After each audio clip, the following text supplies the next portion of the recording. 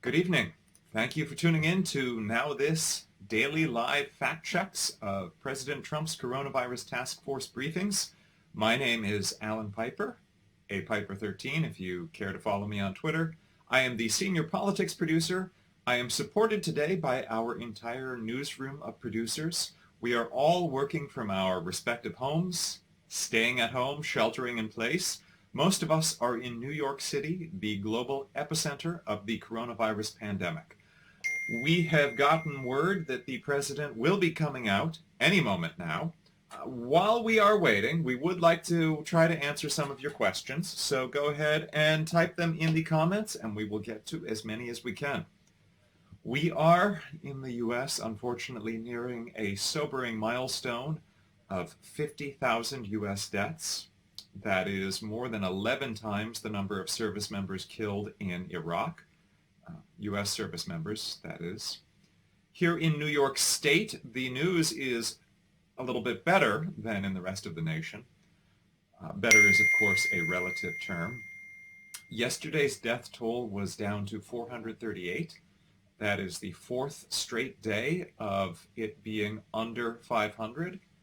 And while it's pretty appalling to look at hundreds of deaths and call that good news, it is also a glimpse of hope after the horrific days our state has gone through. It is a hopeful sign that the social distancing we've been doing is working. If you happen to be in a state like Georgia, which is just about to start rolling back its social distancing, I hope that you can take a look at New York and try to benefit from both things that we might have done wrong and what we did right. You don't need to put yourself at risk. Georgia is reopening many businesses tomorrow, businesses that involve close contact like hair salons, tattoo parlors, massage parlors. If you live in Georgia, I would advise you not to go out if you don't have to. Don't get caught up in your governor's rhetoric. Georgia has added about 1,000 new cases of coronavirus every day this week. It is not demonstrating the decline of cases that even President Trump acknowledges is necessary to safely begin to resume normal activities. Again, if you're just joining us, I'm Alan Piper. You are watching NowThis daily live fact check of the president's coronavirus briefings. We are expecting the president at any moment. I see that Dr. Birx has already stepped out. I will point out again, the briefing room at President Trump's briefings are very different looking than the briefings that most governors and mayors are giving around the country. You'll see how close Dr. Birx is standing to another member of the team. The White House seems to take few precautions to engage in the level of social distancing that they advise people to abide by. And now here is the President of the United States. Thank you very much. Later this evening, we expect the House to pass Paycheck Protection Program and Healthcare Enhancement Act. I'm grateful that Congress is answering my call to deliver these additional $320 billion in relief for the American worker and for small businesses. At a time when many Americans are enduring significant economic challenges, this bill will help small businesses to keep millions of workers on the payroll. You see, states are starting to open up now, and it's very exciting to see. I think it's very awe-inspiring. Okay, so there's a lot here, and there's not even time for me to get into all of it, but I just want to say a couple things. First of all, states should not be reopening. That is the guidance of public health officials. The U.S. has added nearly 14,000 cases of coronavirus since yesterday. Secondly, this is the largest piece of funding in this new bill is the Paycheck Protection Plan. That is intended for small businesses. The rollout has really been mixed. We know that last time around, at least a quarter of the small businesses that attempted to apply were not able to complete the application process, and many that did complete the application process couldn't receive funds because they ran out before they could get to them. And we also know that several large corporations have actually taken advantage of this program that was intended for small businesses. Many of these large corporations actually have ties to the president. I think it was very nice. I want to thank Harvard in particular. They acted very quickly and decisively, and they agreed when they heard the facts that they should not be getting it. So we appreciate it very much from Harvard, Princeton, Stanford, and other institutions. The bill also includes $30 billion to support small lending institutions serving distressed communities, helping countless African American and Hispanic American small businesses. This was something that Republicans had initially opposed. Democrats fought hard to target some of this small business relief at specifically minority-owned small businesses. American counties have also seen a rapid decline in new cases. 46 states report a drop in patients showing coronavirus-like symptoms. That's a big number. To keep America gaining momentum, every citizen needs to maintain the vigilance, and we all understand that very well. So a couple things there. The president is again trying to make it sound like the total number of cases is going down. It's not true. As I mentioned, there are almost 14,000 new cases in the U.S. since yesterday. The rate of new cases appears to be slowing in many places, but in states that have not enacted stay-at-home orders, the rate of new cases is actually increasing rapidly. South Dakota is one of the most noted examples there, where in the past 2 weeks, the number of cases has gone up, I think, close to 700%. There are, in fact, 8 states with Republican governors that have not put statewide shelter-in-place orders in place, and while they being rural states, it is not surprising that the total number of cases is not as big as in states like New York. The increase of new cases is actually the trajectory is actually much higher than in other states. Report you gave, and he's going to be talking about how the virus reacts in sunlight. You really hear the numbers, you won't even believe them. U.S. trials of the COVID-19 have been going on and have been approved in the United States, Germany, UK, and China. That's big news. And a lot of trials are going on. We have a lot of great, brilliant minds working on this. A lot of medical trials are in the works, and a lot of the early results tend to debunk some of the theories that the president had been putting out. He had been pushing very hard on hydroxychloroquine, an unproven treatment that he has financial ties to 2 of the companies that make. And the most widespread study, the first U.S. study, has suggested that it has no positive impact in fighting the coronavirus. And in fact, patients within the study who took it died at a higher rate than those who did not. My administration continues to leverage the Defense Production Act to dramatically increase the manufacture and delivery of critical medical supplies. Okay. We finalized. This is also misleading because the president has been very restrained in the use of the Defense Production Act. There is widespread confusion from both sides of the aisle as to why he didn't start ramping up production of medical supplies in January when we first began to know how serious this threat was. He did not begin to invoke the Defense Production Act until late March and has continued to do so very slowly, and hospitals around the country have been suffering shortages of protective equipment. To ramping up our domestic assembly lines, we also have airlifted nearly 750 million pieces of personal protective equipment into the United States through our Project Air Bridge, which has been an incredible thing to watch. It's really a military operation. And it is true that the amount of supplies being delivered is increasing, and that is good news, and we should acknowledge that. But it is also important to acknowledge how unprotected our healthcare workers still are, and the levels to which governors have had to go to try to get the necessary medical equipment for their states.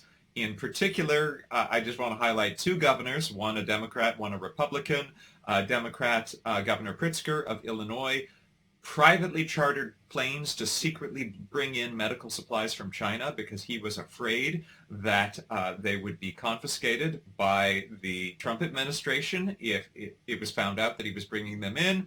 And the governor, the Republican governor of Maryland, he and his wife personally worked out a deal with South Korean laboratories to get testing, 500,000 tests from South Korea for the state because he couldn't get them from the federal government. I want to extend my special thanks to our nation's incredible county emergency management teams who have been working relentlessly for weeks around the clock, end on end, to serve their communities, help distribute critical supplies, and save countless American lives.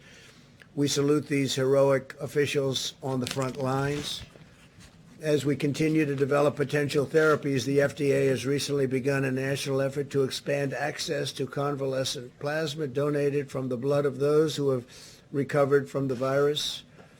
The blood of these donors contains antibodies that can potentially reduce the severity of the illness in those who are sick, and frankly, those that are very sick. Nearly 3,000 patients are now enrolled in the expanded access program receiving transfusions nationwide. And I want to thank all of the people that recovered for what they've done. They, as I said yesterday, they raise their hand when they barely can walk and they're saying, I want to donate blood, I want to donate whatever it is that you want because we want to help people. It's really quite incredible. Convalescent plasma will also be used to manufacture a concentrated antibody treatment that does not have to be matched with a particular blood type. This concentrated antibody treatment could be used as a preventative measure to keep healthcare workers and other high-risk populations from contracting the virus in the first place. Very big deal. Clinical trials of these products are slated to begin within weeks, and we can maybe have a fairly quick solution. I urge Americans to get in there and keep doing what you're doing because, again, we want those people recovering or recovered from coronavirus to contact their local blood and plasma donation center to learn how they can help. And they've been so great, and I just appreciate it. My administration has also partnered with leading, and we have really been establishing some great partnerships with leading technology companies and scientific journals to create a database of 52,000 scholarly articles on the virus that can be analyzed by artificial intelligence. Top AI experts are now using this wealth of data to gain insights into potential therapies. And we're collaborating with tech firms, universities, and our national labs to harness American supercomputers in the search for treatments and vaccines. That search is going on, and it's being, I think you'll see in the future, you'll see it's very successful. Ultimately, it'll be a tremendous success. Great progress is being made at a rapid pace, a pace like no other. We have every hope that with the full might and resources of American science and technology and with the courage and devotion of the American people who have been so incredible, we will end this plague, and together we will restore the full measure of American strength and power and prosperity. Our country is going to do fantastically well. You see what's going on. There is a pent-up demand in our country to get it back right where it was and maybe even better, and that's what's going to happen. So with the president has repeatedly made very bold claims that the economy is going to quickly recover. He has a history of overpromising when it comes to economic development. He ran for office promising that he would deliver at least 4% GDP. It has averaged 2.5%, which is lower than under Reagan or Clinton. That's, of course, before all of this current crisis began. Progress. The New York metro area, New Jersey, Connecticut, Detroit, and New Orleans all appear to be past their peak, and we are seeing consistent declines in hospitalization and cases in regions across the country. Our only conclusion is that we're getting there, America, because the American people have put into practice the President's guidelines of social distancing because you've been listening and adhering to the guidance of state and local officials. We are we're making meaningful progress in a very real sense, sparing Americans to be exposed to the coronavirus and in no less extent saving lives. Our task force actually believes, Mr. President, that if we continue these mitigation efforts in the days ahead, as states implement their policies, including phased reopening that will preserve those gains, we do believe by early summer we could be in a much better place as a nation with much of this coronavirus epidemic behind us. Well, the Vice President does again seem to be overstating the case. While the amount of testing has increased, and that is positive, the testing has been roughly between 150,000 to under 200,000 a day. Harvard has estimated that until there is a vaccine, we cannot know if we are containing this virus unless we are testing between 500 to 700,000 people a day. Currently, about 1.4% of the total population has been tested. So when the Vice President says that there are parts of the country that have very small numbers of cases, we can't really know that without doing the testing. Receive a report that our task force received formally this week from Bill Bryant of the Science and Technology Directorate at the Department of Homeland Security. He will outline, as the President said, encouraging news about the impact that heat and sunlight have on the coronavirus, which will increase the confidence that we feel about the coming summer. On the subject of testing, now, we do have to have cautious skepticism about claims that heat and sunlight will make it go away. President Trump in February proclaimed that with apparent certainty that this would go away in April because of the heat. It has not gone away in April, as we're all aware. Tomorrow, at the President's direction, our task force will convene a conference call with all of the nation's governors to talk about their progress that they are making on testing, and we're going to hear from governors about the practices that and methods that they are employing to significantly increase testing following our briefing about capacity in laboratories this past Monday. For instance, Governor Mike DeWine just announced that Ohio's testing has been greatly expanded after the FDA approved Thermo Fisher's new extraction reagent, saying in his words that the action, quote, probably doubled, maybe even tripled testing in Ohio virtually overnight. Governor Tim Walz of Minnesota announced, along with the state's healthcare system, the Mayo Clinic, and the University of Minnesota, what he described as a breakthrough for rapid, widespread testing, able to test more than 20,000 people using a molecular test per day. Governor Kim Reynolds of Iowa launched the Test Iowa initiative that will triple testing capacity by partnering with Nomi Health and Domo. She also worked with the University of Iowa hospitals to leverage further capacity. And Governor Eric Holcomb and Governor Andy Beshear of Indiana and Kentucky, respectively, both announced additional drive-through testing locations. Our priority has always been to focus first on those impacted by the coronavirus and then on those extraordinary healthcare workers ministering to their needs every day. And I know, Mr. President, how proud you are that our men and women in uniform have come alongside our healthcare workers in communities most impacted. And I know the American people are proud as well. As of today, FEMA reports that 35,000 National Guard have been deployed across the country to aid in our coronavirus response. Governor Kevin Stitt of Ohio actually deployed the National Guard to hospitals across the state to evaluate protective equipment and hospital capacity and report it into state emergency management and FEMA. And Governor Greg Abbott of Texas actually mobilized more than 1,200 National Guard and 45 teams to provide greater access to testing. Along with the National Guard, at the President's direction today, more than 4,500 active duty military doctors, nurses, and medical assistants have been deployed across the country. Yesterday, 1,013 medical professionals in our military were actually deployed to 19 hospitals in 7 states to support those amazing healthcare workers. And with 4.4 million more Americans filing for unemployment in the past week, I join the President in welcoming passage in the House today of the Paycheck Protection Program. It'll support working families, allow small businesses to keep people on the payroll for a period of 2 months. But it also, as the President requested, included $75 billion to assist hospitals across the country. It is not true that the President requested that. He absolutely did not request that. Democrats fought for that to get that in. President Trump specifically said that that should wait until the next phase. Republicans fought that. It is simply false to say that President Trump requested the additional funding for hospitals that's in the bill. And finances for local hospitals, and we'll be working with states to enable that.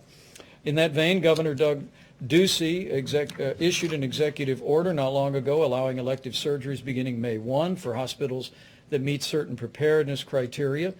And Indiana's Governor Eric Holcomb is allowing elective clinical procedures to begin on April 21st. Finally, Mr. President, the task force received today our first report on state reopening plans. At the present moment, 16 states have released formal reopening plans. 13 of those were actually released since you unveiled the Opening Up America guidelines to our governors and to the nation last week.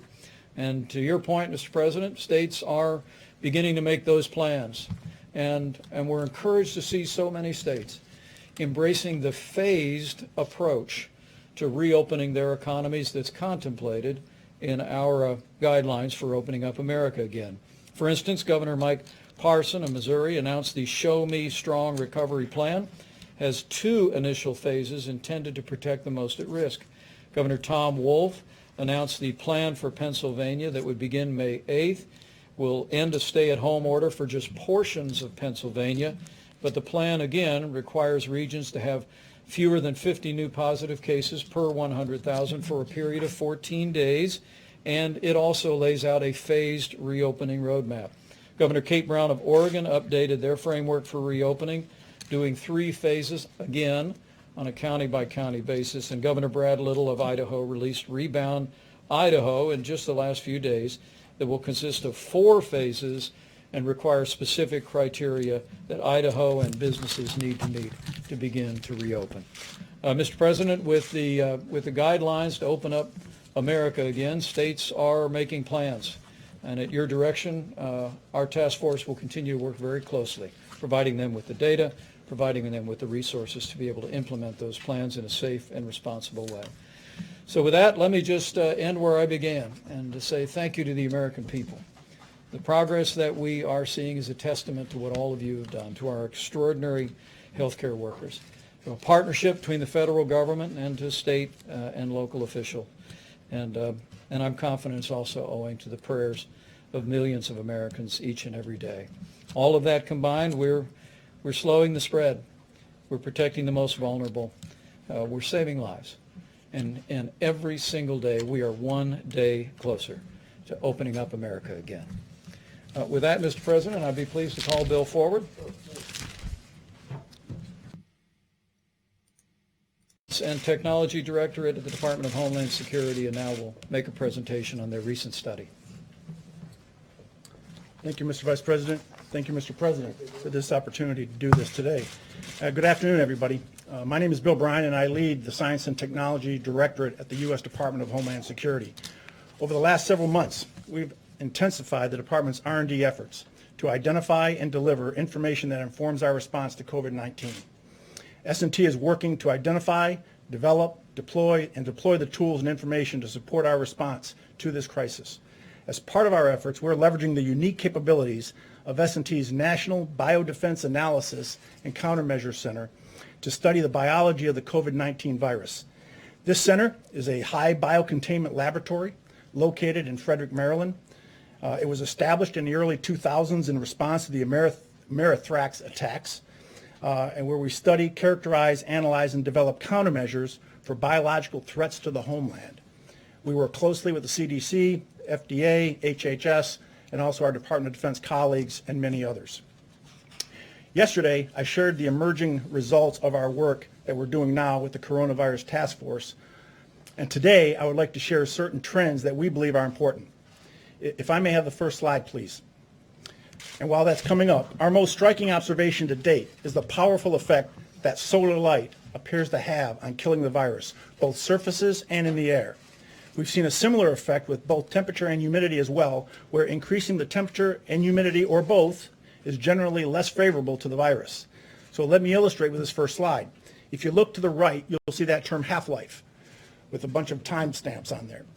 First, let me tell you what a half-life is. We don't measure the virus as far as how long will it live on a surface. We have to measure the decay of the virus in terms of its half-life, because we don't know certain elements. We don't know how much a person expectorates when he spits, right? When he sneezes, whatever the case may be. We don't know how much virus is in there. So that has a bearing on how long the virus is going to be alive and active. So we measure it in half-life, because half-life doesn't change. So if you look at an 18-hour half-life, what you're basically saying is that every 18 hours, the life of the virus is cut in half. So if you start with 1,000 particles of the virus, in 18 hours you're down to 500, in 18 hours after that you're down to 250, and so on and so forth. That's important as I explain the rest of the chart. If you look at the first three lines, when you see the word surface, we're talking about non-porous surfaces, door handles, stainless steel. And if you look at as the temperature increases and as the humidity increases with no sun involved, you can see how drastically the half-life goes down on that virus. So the virus is dying at a much more rapid pace just from exposure to higher temperatures and just from exposure to humidity. If you look at the fourth line, you inject the sunlight into that, you inject UV rays into that, the same effects on line 2 at 70 to 75 degrees with 80% humidity on the surface, and look at line 4, but now you inject the sun, the half-life goes from 6 hours to 2 minutes. That's how much of an impact UV rays has on the virus. The last two lines are aerosols. What does it do in the air? We have a very unique capability. I was discussing this with the president prior to coming out. He wanted me to convey it to you on how we do this. I believe we're the only lab in the country that has this capability. But if you can imagine a Home Depot bucket, a 5-gallon Home Depot bucket, we're able to take a particle, and this was developed and designed by our folks at the NBAC. We're able to take a particle of the virus and suspend it in the air inside of this drum and hit it with various temperatures, various humidity levels, multiple different kinds of environmental conditions to include sunlight. And we're able to measure the decay of that virus while it's suspended in the air. This is how we do our aerosol testing. We work with Johns Hopkins Applied Physics Lab, and we actually developed a larger drum to do actually more testing, and it's 4 times the size of that. So this is the capability that we bring to this effort. So in summary, within the conditions we've tested to date, the virus in droplets of saliva survives best in indoors and dry conditions. The virus does not survive as well in droplets of saliva, and that's important because a lot of testing being done is not necessarily being done, number 1, with the COVID-19 virus, and number 2, in saliva or respiratory fluids. And thirdly, the virus dies the quickest in the presence of direct sunlight under these conditions. And when you look at that chart, look at the aerosol as you breathe it. You put it in a room, 70 to 75 degrees, 20% humidity, low humidity. The half-life is about an hour. But you get outside and it cuts down to a minute and a half. Very significant difference when it gets hit with UV rays.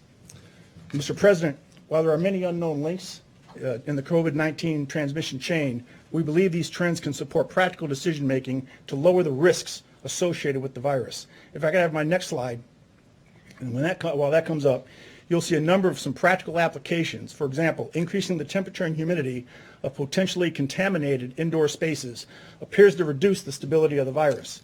And extra care may be warranted for dry environments that do not have exposure to solar light. We're also testing disinfectants readily available. We've tested bleach. We've tested isopropyl alcohol on the virus, specifically in saliva or in respiratory fluids.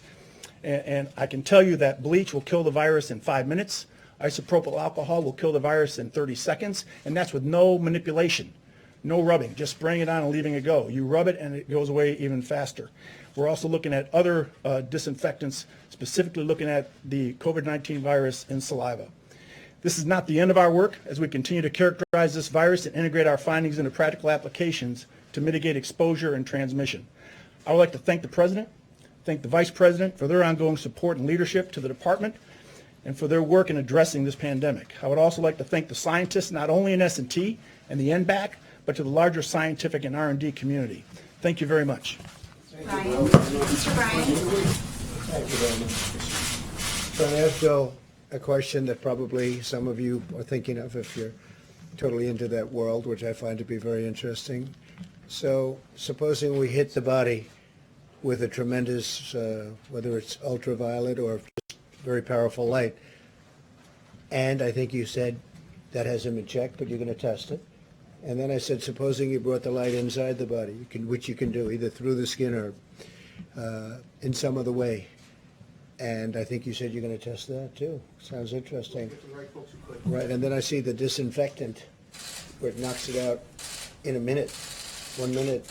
And is there a way we can do something like that by injection inside or almost a cleaning? Because you see it gets on the lungs and it... I think the President of the United States just suggested injecting Lysol disinfectant into people. I'm pretty sure that would be fatal. Remember, this is the same president who suggested that we might want to drop nuclear bombs on hurricanes, and who suggested that you should try taking hydroxychloroquine, even though it had not been proven to be effective against the disease, and now we know poses very serious, potentially lethal side effects. So I would be very cautious to follow what the president is suggesting there. It can be safely reopened to a more normal point. Yeah, but it means we're going to watch those cases very carefully. I think we've all gotten very good at it. We've gotten good at tracing. We see where the cases are, where they're going, and we're going to be watching it, and it's called containment. At a certain point, we're going to be able to contain. And, when you see this, a lot of people have been talking about summer. Maybe this is one of the reasons. I once mentioned that maybe it does go away with heat and light, and people didn't like that statement very much. The fake news didn't like it at all. And Okay, so the president said that people say it goes away in April with the heat. That's what he said on February 10th. That's not fake news. That's what he said. We are in April. It has not gone away. I want to say that Rachel Graham, an assistant professor of epidemiology at the UNC Gilling School of Global Public Health, she said that exposing surfaces to plain sunlight should not be considered sanitation. And she added, I would never, ever, ever rely on sunlight to kill coronavirus. Now, there may be new information coming out, but again, this is the president who looked directly into a solar eclipse without protective lenses. I would be very cautious to follow what guidance he is giving. Result, does this mean your study is conclusive? Is there more work to do? We're continuing with that. For example, on the aerosol side, you notice the figures were 20% humidity. We're looking at higher humidity levels. We would expect that we even have a greater impact on the virus. We're looking at other types of disinfectants. And so we're as a scientific community, we're continuing to study the virus to understand its characteristics. Mr. Bryan, can you explain why some hot spots we've seen in the U.S. are hot and humid, like New Orleans, for example? Let me explain. If you look at the coronavirus as a chain with many links, what we've done through our study is we've identified some of the weak links in that chain that the transmission of the virus depends upon. We identified that heat and humidity is a weakness in that chain. We've identified that sunlight, solar light, UV rays is a weakness in that chain. That doesn't take away the other activities, the guidance from the White House, the guidance from the CDC and others on the actions and steps that people need to take to protect themselves. This is just another tool in our tool belt, right? Another weapon in the fight that we can add to it. And in the summer, we know that summer-like conditions are going to create an environment where the transmission can be decreased, and that's an opportunity for us to get ahead. But the president mentioned the idea of cleaners with bleach and isopropyl alcohol. You mentioned there's no scenario that could be injected into a person, is there? I mean, No, I'm here to talk about the findings that we had in the study. We don't do that within that lab, our labs. So how do you... This is always one of my favorite moments in the briefings, where the president says something blatantly scientifically false. The reporters ask the scientist about it, and the scientist finds a way to avoid answering that question. I can answer that question. I'm not a scientist. I know that if you inject yourself with Lysol, you will die. It would be irresponsible for us to say that we feel that the summer is just going to totally kill the virus and that if it's a free-for-all and that people ignore those guides. That is not the case. We have an opportunity, though, to get ahead with what we know now and factor that into the decision makings for what opens and what doesn't. But are you saying on surfaces, the heat, the hot summer, and whatever other conditions, humidity and lack of humidity, that would have an impact? So that on surfaces where it can be picked up, it will die fairly quickly in the summer, whereas in the winter it wouldn't die so quickly. Yes, Mr. President. When it's exposed to UV rays, take a playground equipment, for example. The UV rays hitting a piece of playground equipment will kill the virus when it hits on the playground equipment. But underneath, where the sun does not get, if someone touched that and had it on their hands, it could still be there, right? It has to be in direct light of the UV rays. With the sun, if it's on somebody's hands, right, and they haven't touched their face and all of the things. And it's exposed to the sun. I know, but if they're outside, right, and their hands are exposed to the sun, will that kill it as though it were on a piece of metal or something else?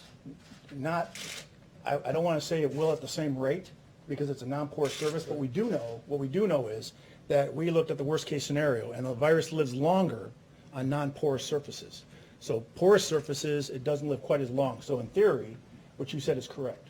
This is sort of semi-non-porous, right? Yes, Mr. President.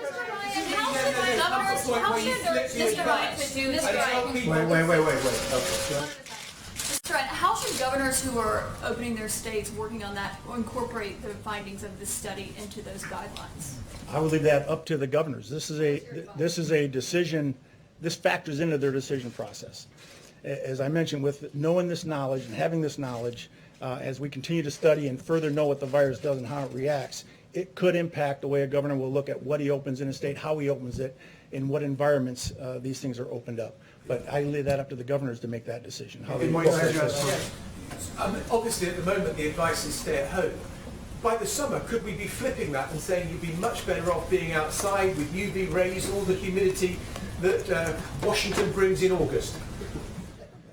I would not go contrary to the guidance that have been issued right now. I think, though, to tell you that if I'm having an event with my family, I'm doing it in the driveway or in the backyard, not inside the house.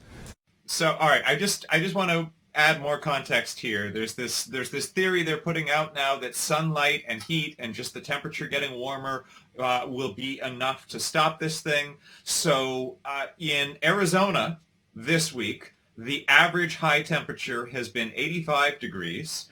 In Yuma, Arizona, where my in-laws live, it's actually been higher than that. The temperature's gotten up to 105 this week. By the way, that's hotter than it has been in previous years this time of year.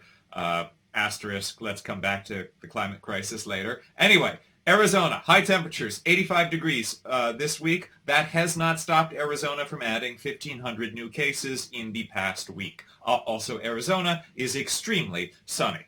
You compared notes with your counterparts in other foreign governments or in private industry who might have been studying the same thing, and do their findings show the same result that you found here? We do have a very good partnership with a lot of our allies. We work closely with them on this particular topic. We actually authored a document called the Master Questions List. If you go to DHS-S&T's website, we've already had about 17,000 hits on this document. It actually outlines what all the countries in the world are doing to fill the certain gaps of knowledge that don't exist within the virus and what we do know. And that is really what targets and drives the science community to say, oh, what don't we know now, so we don't duplicate what other people have done. So we've championed that document. It's well referenced, and I would encourage you to look at that. And we are working with other countries on vaccines, as you know. Yeah, go ahead, please. Thanks, Mr. President. Also, just for context, the doctor who was in charge of our work on developing a vaccine has been fired. He believes that he was fired because he criticized the president's push for hydroxychloroquine, which seems to have turned out to be a bad push. Sudden, people that didn't want to go outside, they'll be going. To me, this was really a very interesting meeting. We covered it in great detail, and these are incredible people at that. We could call it a laboratory because that's essentially what it is. It's a super laboratory. It's a lot of things going on at that laboratory. A lot of very interesting things going on in that laboratory. Yeah. What would you and other areas of the government need to do on testing, for example, or other things like that to be prepared if it came back in the fall? How would you take advantage of the summer? It's actually a very good question. It's something the task force already has begun discussing, that we are, if a combination of factors, let me say again, as states put into practice the guidelines to open up America again, implement safe and responsible plans to open up their economies along the lines that the President unveiled a week ago today. As people continue to properly exercise social distancing as is recommended in each phase, that in combination with some of these findings could well give us a summer respite from the coronavirus. And our team is already speaking about working on a continuous basis through this summer. Every single day we're increasing testing. Every single day air bridge flights are coming into the country. I can promise you at the President's direction there will be no letting up on making sure that our hospitals have the equipment, have the personal protective supplies for medical personnel. There'll be no letting up on the development of therapeutics by our great pharmaceutical companies, or driving toward a vaccine as soon as it is possible to make available to the public. And there'll be no letting up on continuing to scale testing, already more than anyone in the world, but by next fall we'll have a broad range of testing, a variety of different means. And that's why we say with confidence that should the coronavirus reemerge at any point next fall or next winter, we will be prepared to deal with it, identify it, do the contact tracing and isolation to ensure that we deal with this epidemic in the manner that we deal with infectious diseases. Okay. Yes. Go ahead. Mr. President, on the subject of medical research, why have you stopped promoting hydroxychloroquine as a cure? I haven't at all. What do you say? I have. We'll see what happens. We've had a lot of very good results, and we had some results that perhaps aren't so good. I don't know. I just read about one, but I also read many times good. So I haven't at all. And it's a great for malaria, for lupus, for other things, and we'll see what it is. But I guess, Deborah, they have many studies going on that, so we'll be able to learn. Have you looked at the veteran study that shows that the death rate is higher? I have not seen it. Go ahead, please.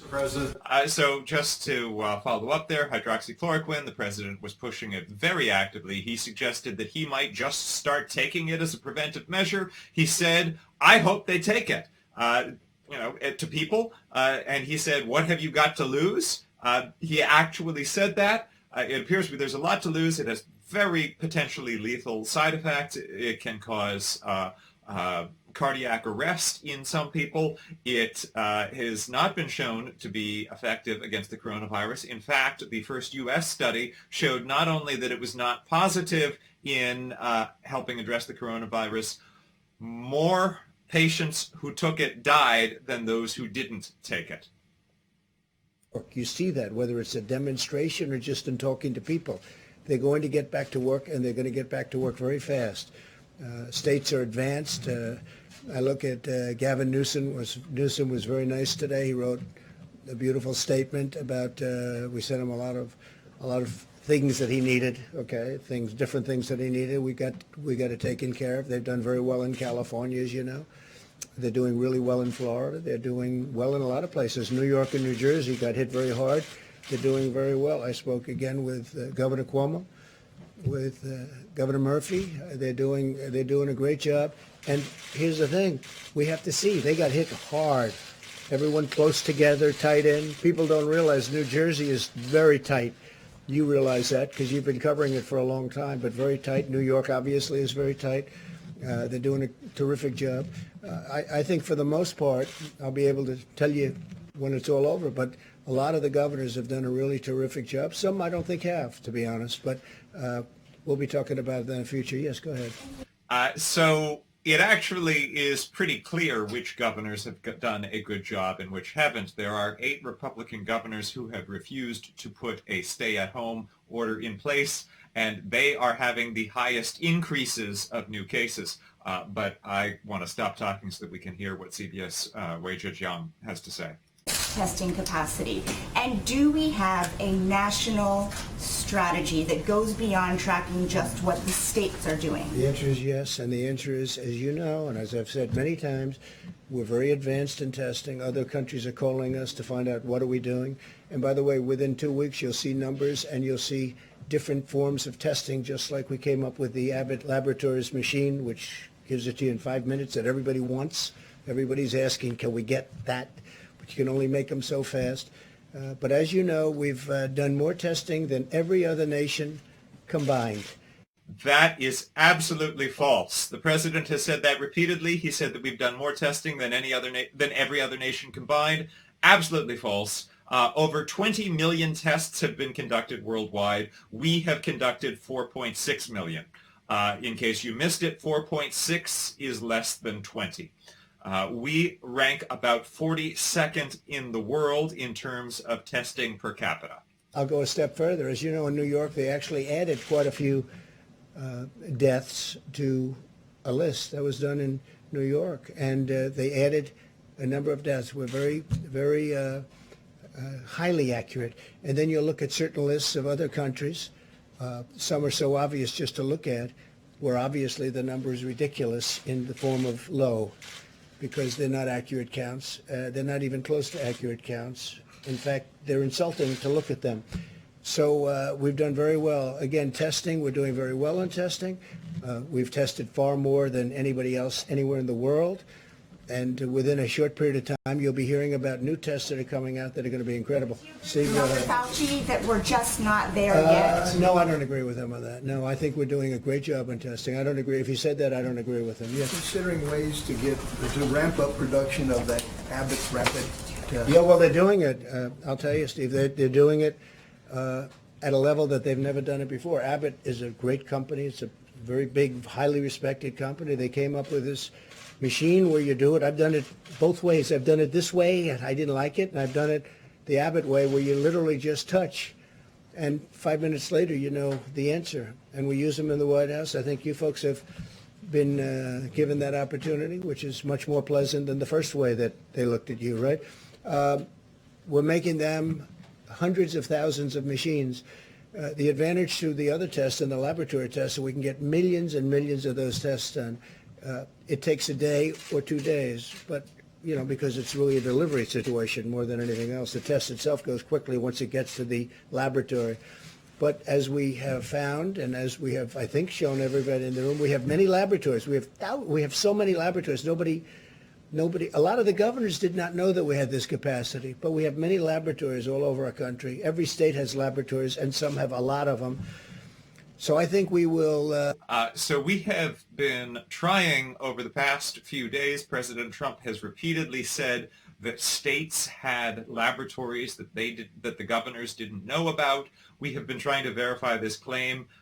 We cannot seem to decipher what the president could be talking about there. I do want to highlight also, Wei-Jia Jiang asked about Dr. Fauci's comment. Fauci said today that the U.S. needs to, quote, significantly ramp up testing. And he said, quote, I am not overly confident right now at all that we have what it takes to do it. It may not be a coincidence that he is not at today's briefing. They're calling from many countries. I've received today 4 calls. Would it be possible to send ventilators, right? I got 4 calls today. I got 3 calls yesterday. No country is equipped like we are. We have 11 different places making ventilators. Our country, as you know, doesn't need them now. Our governors are very happy. But that's different than tests, because with the... It is not true to say that our country doesn't need ventilators right now. There are, I believe, currently over 4,000 New Yorkers living because they are currently on ventilators. So it's not true to say that we don't need them. The immediate crisis of a shortage may have passed, but that will only be the case if we don't see new spikes. And with states like Georgia starting to reopen without the sufficient testing in place, we may very well need more ventilators than we have soon. I sort of say, how did that happen? Why? Because they became very valuable, the masks. So I say, how did that happen? But we've done an amazing job, and we've worked with the governors, and when the governors weren't able, again, they're the first line, when they weren't able to get something, like ventilators, they couldn't get ventilators. They could have bought them. You could have bought them, but many of them chose not to. So they all needed ventilators. We got the job done. I'll be introducing the team when we're finished with this whole nightmare, this whole curse, this whole plague. But the team that worked on the ventilator... This suggestion that states were negligent in not purchasing more ventilators themselves, this has been debunked by various people. The governors themselves have called it insulting. But former HHS Secretary Kathleen Sebelius might have expressed it best when she explained that states simply don't have the resources to do that. States, she said, quote, do not have the purchasing power of the federal government. They do not have the ability to run a deficit like the federal government. They do not have the logistical power of the federal government, and that it's not realistic to think that they could have provided the number of ventilators needed for this crisis. You have 18 states as a blue state bailout. What do you say to that? Do you agree with that, or do you agree with Governor Cuomo that is a vicious attack on these states? I don't think it's a vicious attack, but certainly some people do look at it that way. I've spoken to Mitch about it. I've spoken to numerous senators about it. And we're working with senators that are on the other side of the issue, and we'll see what happens. But we're looking to do what's right for the people of this country. We're looking to do what's right for a particular state, and we'll see what happens. But it's certainly the next thing we're going to be discussing, because some states have, in all fairness, John, some states have not done very well for many years, long before the virus came. You know, you can't blame the plague, this horrible plague that came in, and all of a sudden, you know, they can't blame that. You look at Illinois, he's got a lot of problems long before the virus came in. And so we'll be talking about it. It'll be a subject for a period of time. And right now we've made this incredible deal for the workers and for small business. And I'm very happy that Harvard didn't get covered. We actually never sent them the check. But they were very nice about it. We never sent them the money. The old-fashioned way is the check. The new way is send them the money. And we didn't send them the money. And but they were very understanding, and they were very nice about it. So was Princeton, so was Stanford, so were a number of other schools that you just don't associate with this money. So were big companies, as you know many of them. It was a relatively small amount of money compared to the whole, very small amount of money compared, but we wanted to be fair. We wanted to go to the people that it's supposed to go to. Are you open to this idea of state and local? I'm open to ideas that are going to be great for the people of this country. And if we can help states, we're always going to help states. Now, there's different ways of helping states. Some ways are better than others. So we're looking. It is interesting that the states that are in trouble do happen to be blue.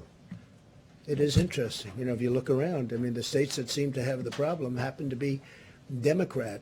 And the states with the highest rates of this disease are the states with the highest number of people. Most people in this, the majority of people in this country live in blue states. That's just where most of the people live.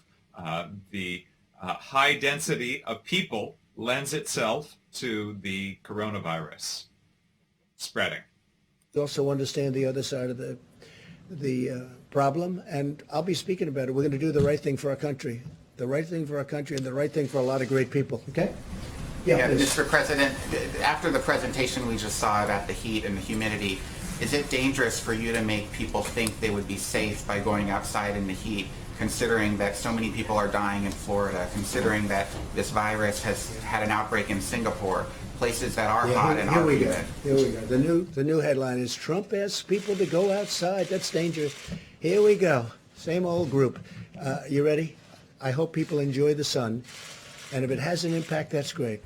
I'm just hearing this, not really for the first time. I mean, there's been a rumor that, you know, a very nice rumor that you go outside in the sun or you have heat and it does have an effect on other viruses. But now we get it from one of the great laboratories of the world, I have to say. Covers a lot more territory than just this. This is probably an easy thing, relatively speaking, for you. I would like you to speak to the medical doctors to see if there's any way that you can apply light and heat to cure. that if you could, and maybe. I think the president is angling for an excuse to lie on a tanning bed. By the way, I have no idea why I look so tan on this camera. This is my computer camera. I am ghastly pale in real life.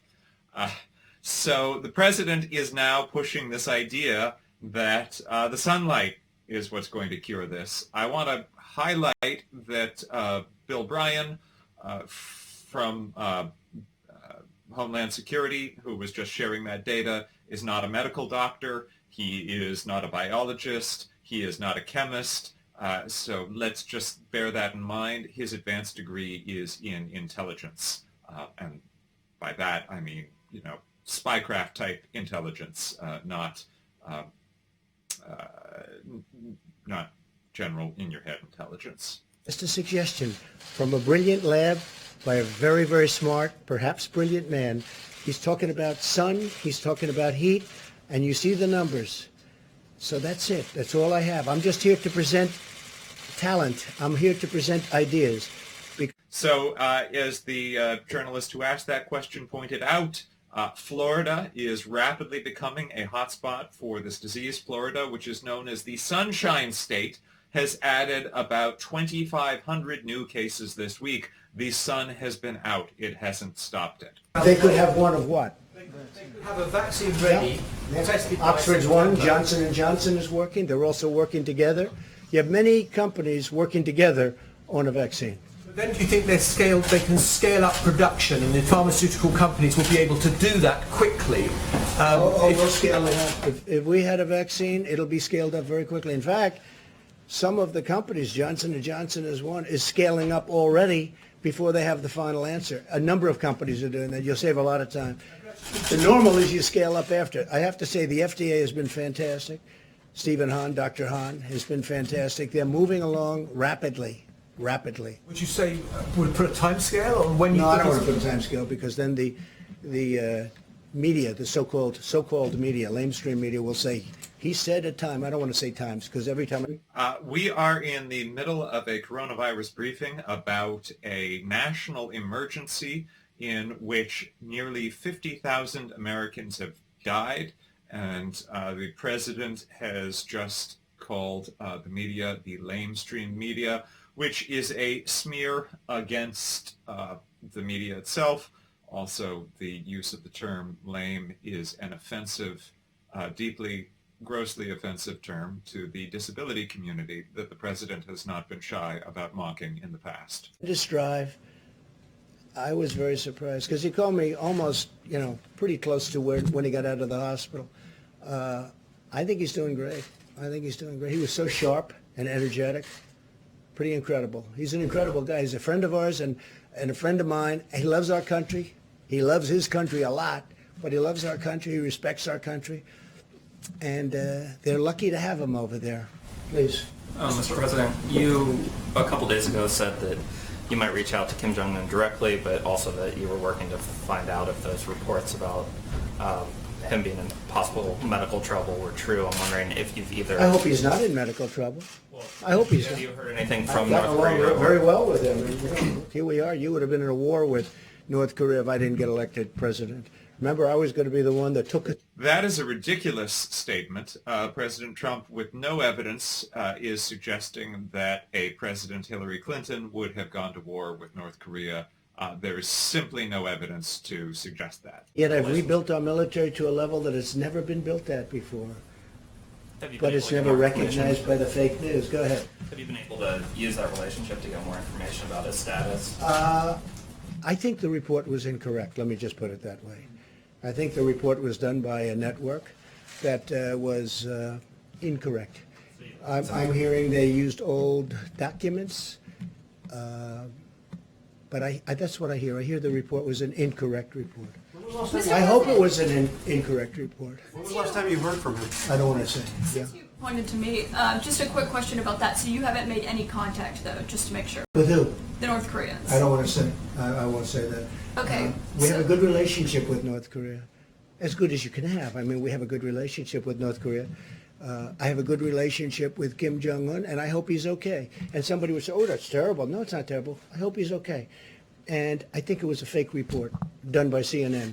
Ask you a question. What do you have? Go No, ahead. No, that's enough. Go ahead. Can I ask? But that wasn't my question. The problem is you don't write the truth. So, as far as I'm concerned, I want to go to the next Can I one. ask you a question about? No, not CNN, please. Go ahead. The White House has not You don't. responded to these I told you. allegations, right? CNN is fake news. Don't talk to me. Go ahead, please. But he says he was retaliated against, and that's why he was removed from his job. Do you have a response to that? Okay, next question. Mr. President, I have two questions, one on behalf of So CNN is not fake news. CNN is real news, and that was a real question, and that was the president refusing to answer a question that made him uncomfortable. Well, you said yesterday that you told the governor of Georgia I you did. were concerned. I had a good about- talk with the governor of Georgia. Earlier in the week, you spoke and you did not convey this kind of message. Was there a change I in did your convey thinking? the message. I didn't like the fact that he's leaving certain things. I want the states to open more than he does, much more than he does. But I didn't like to see spas at this early stage, nor did the doctors. Is that a correct statement, Deborah? I didn't like to see spas opening, frankly. I didn't like to see a lot of things happening, and I wasn't happy with it. And I wasn't happy with Brian Kemp. I wasn't at all happy because, and I could have done something about it if I wanted to, but I'm saying let the governors do it. But I wasn't happy with Brian Kemp. Spas, beauty parlors, tattoo parlors, that. And by the way, I want them to open, excuse me. I want them to open, and I want them to open as soon as possible. And I want the state to open. But I wasn't happy with Brian Kemp. I will tell you that right now. Yeah, go ahead. So are you surprised he defied you on that? Because No, you he made it didn't. clear. No, he didn't defy me at all. That's your language. He didn't defy me. You know what happened? I said, you make your own decision. I told him that. I said, you're not in the guidelines, but I'm letting you make your own decision. But I want people to be safe, and I want the people in Georgia to be safe. And I don't want this thing to flare up because you're deciding to do something that is not in the guidelines. And I went to Deborah and Dr. Fauci and other people, and they weren't thrilled about it. And I could have stopped them, but I decided, and we all agreed, they got to watch it closely. So we'll see what happens. I told him very distinctly, I said, Mike was there, I said, you do what you think is best. But if you ask me, am I happy about it? I'm not happy about it, and I'm not happy about Brian Kemp. Go ahead. Well, this is very striking and encouraging, honestly, that the president is calling out the governor of Georgia for reopening businesses before any public health official, experts believe that it's safe. But it is striking to note that the president's language is still more conciliatory toward a Republican governor who is jeopardizing the health of people in his state than to governors who are doing effective social distancing plans, such as the governor of Michigan, whom the president has called a half-wit, and urged people to actually defy her rules by tweeting, "Liberate Michigan." Largely driven, of course, by New York, which is about 45% or so of the cases. As New York goes down, so will the rest of the country have a decline, even more accelerated. I want to say, though, we have had outbreaks. We've had outbreaks in specific prisons. We've had outbreaks in specific nursing homes. We've had outbreaks in specific plants. And when that happens, that adds 200, 300, 400 cases on that single date. So we track very carefully not only what the country's doing, but what each state is doing, each county is doing, and we look at delta changes across all of the counties so that we find early warning signals for these types of outbreaks, because we want the whole country to go down, but we also want to prevent the outbreaks before they occur. Mr. President? Go ahead, please. Yes, thank you. Looking forward to November, the election. Given the risk that the flu and the coronavirus come back, there could be a problem. Do you think there is a risk that there will be lack of agreement, lack of legitimacy to the results in a very close election, and people start saying, well, a whole bunch of people couldn't go and vote because they were scared? I can't tell you what's going to happen in an election. Yeah, great question. I can't tell you what's going to happen. We have a sleepy guy in a basement of a house that the press is giving a free pass to, who doesn't want to do debates because of COVID, and lots of things are happening, right?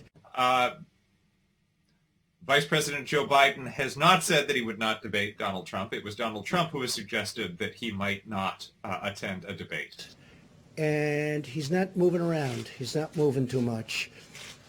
And then I watch what the press does to the Republican Party, and to me in particular. We had the greatest economy ever put together. We were doing... That is not true. We were doing numbers likes of which we've never done. African American, Asian American, Hispanic American, best employment numbers ever in the history of our country. Our employment numbers, the best in the history of our country, almost 160 million people. The stock market, record numbers, many. So more jobs were created in President Obama's last 3 years than in President Trump's first 3 years.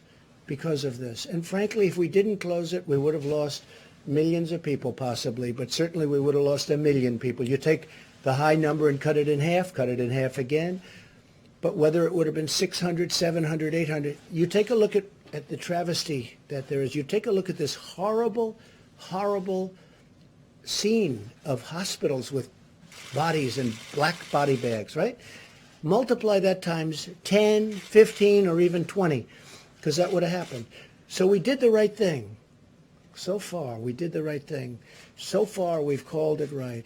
We've mobilized like it was a military operation, and it was largely a military operation between the president keeps drawing this strange false comparison, this false choice of suggesting that because it would have been worse if we'd done nothing, that therefore what we've done is the best case scenario. I want to highlight the U.S., which comprises only about 4.25% of the world's population, now accounts for more than 32% of the world's confirmed infections. U.S. testing levels appear to have stalled at under 200,000 tests a day, well short of the 500,000 to 700,000 that experts say is needed to return to normal. The U.S. accounts for a quarter of all the world's deaths from coronavirus. It is very bizarre to be painting this when 50,000 Americans are likely to have died by the end of this week. It is very strange to be painting this as this great victory. A pass. And the media isn't covering the great job that we've done, whether it's Mike's task force, which has been incredible, whether it's the way we mobilized in a warlike operation. And President Trump is now suggesting that he is unfairly benefiting from difference in media coverage as compared to Joe Biden. He has just now attacked Joe Biden for not leaving the House. Most of this nation is under a stay-at-home order. It would not be responsible to be going out and holding rallies. President Trump is getting daily free airtime by virtue of being President of the United States. Under the auspices that these are coronavirus briefings, he is coming out and last week flat out played a campaign video. He is able to conduct roughly 2 hours of free content on air. He seems to time his briefings to preempt the nightly news, which in people in his age demographic is still a big deal. And when he has said his piece about how aggrieved he is and about how unfairly he's being treated, he walks out. And so that is the end of today's briefing. Now, I do want to let you know that while the briefing was taking place, well, a couple things happened. While the briefing was taking place, just confirming.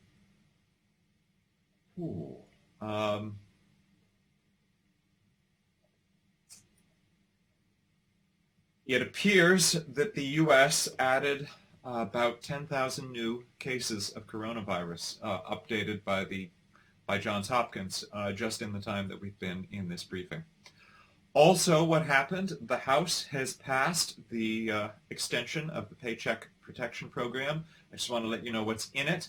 An additional $310 billion. $60 billion of that will be geared towards companies that usually have trouble accessing loans, specifically minority-run companies. This was something that Republicans balked at but the Democrats fought for and won. $75 billion for hospitals, which Vice President Pence falsely claimed today was something that President Trump asked for. It was not. It was something that Democrats fought for, Republicans balked at, but ultimately gave in on.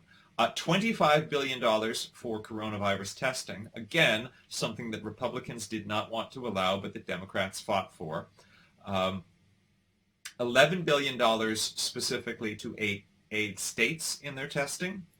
$1 billion to the CDC. I would like to remind you that this February, after the coronavirus was already a global emergency, this February, President Trump proposed cutting the CDC's budget by 16%.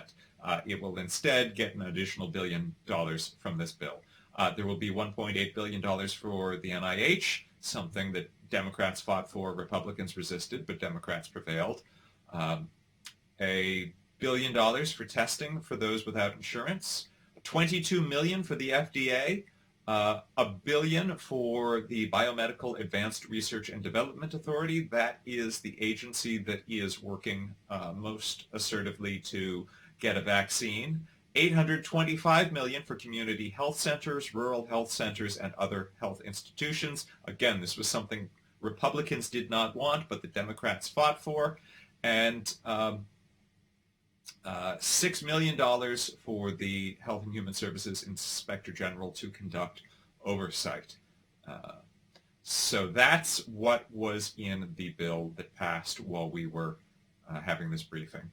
During the briefing, President Trump floated the idea that possibly confusing the coronavirus with vampires, that it would be killed by just mere sunlight by itself. Again, I want to point out that there were 2,500 new cases in the Sunshine State this week. He also suggested that it might be possible to inject people with household disinfectants and thereby protect them. I cannot advise against that strongly enough. So that is what is happening in today's coronavirus briefing. Any moment now, unfortunately, I don't think you will be able to hear it, but I will hear the thing that I cherish every day at this time, which is the cheering of New Yorkers for our medical workers and our essential workers who are daily risking their lives to keep our city running and to keep our citizens safe. All across the country at about this time, if you live in a city, you may be witnessing the same thing. People reaching out their windows to cheer and applaud. It is one of the beautiful moments that we can hold on to in this otherwise dark time. It is essential that we do hold on to those beautiful moments. So thank you for joining us. I am NowThis senior politics producer, Alan Piper. Again, if you feel like following me on Twitter, I'm at apiper13. I had support from our full team today, including Brandon Caruso, Maddie Green, Zara Heder, Kavish Harjai, Ian McKenna, and Shelby Vacalin. To everyone out there, please stay safe. Please do not inject yourself with household chemicals. Check in on the people you care about, and please let the people that you love know that you love them. We are going to get through this thing together, and if the president is back tomorrow, I will see you then. So thank you, and good night.